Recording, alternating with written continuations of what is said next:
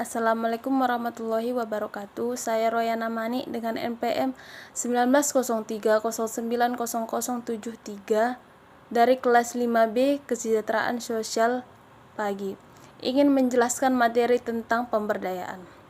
Pemberdayaan masyarakat miskin dan kemampuan mereka untuk meminta pertanggungjawaban orang lain sangat dipengaruhi oleh aset individu mereka, seperti tanah, perumahan, ternak, tabungan, dan kemampuan semua jenis manusia, seperti kesehatan dan pendidikan yang baik.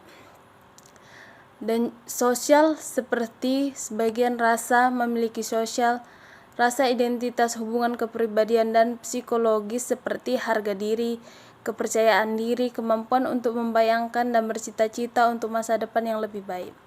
Pemberdayaan sosial dipahami sebagai proses pengembangan rasa otonomi dan kepercayaan diri dan bertindak secara individu dan kolektif untuk mengubah hubungan sosial dan institusi dan wacana yang mengecualikan orang miskin dan membuat mereka tetap miskin.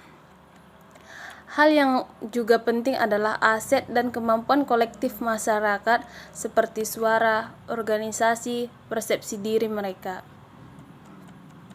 Asosiasi lokal juga bertindak sebagai mekanisme swadaya di mana orang miskin mengatur kegiatan ekonomi mereka seperti koperasi pertanian atau kelompok keuangan mikro.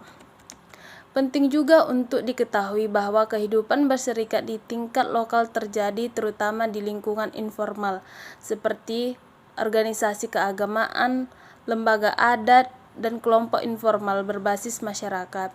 Organisasi-organisasi inilah yang memberikan pengaruh paling besar terhadap kehidupan masyarakat miskin. Kelompok rentan seperti kelompok yang sangat miskin, perempuan, dan masyarakat yang terpinggirkan seringkali tidak memiliki keterampilan dan kepercayaan diri untuk terlibat dalam pengambilan keputusan masyarakat.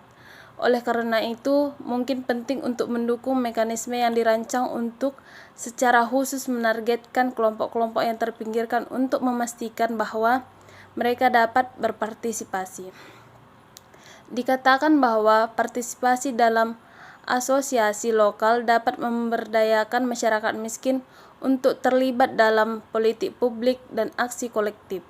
Namun peneliti menunjukkan bahwa membangun kapasitas individu dan kolektif terlibat dalam proses jangka panjang.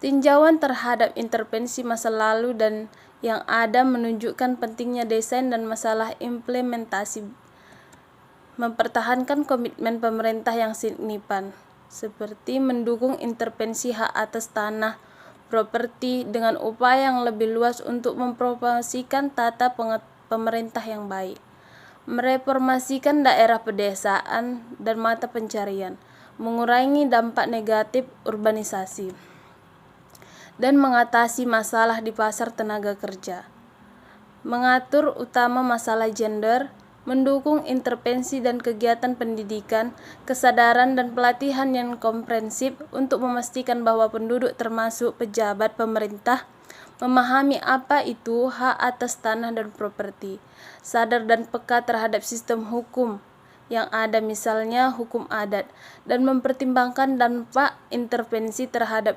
penerima bantuan non-penerima bantuan. Sekianlah penjelasan dari saya. Assalamualaikum warahmatullahi wabarakatuh.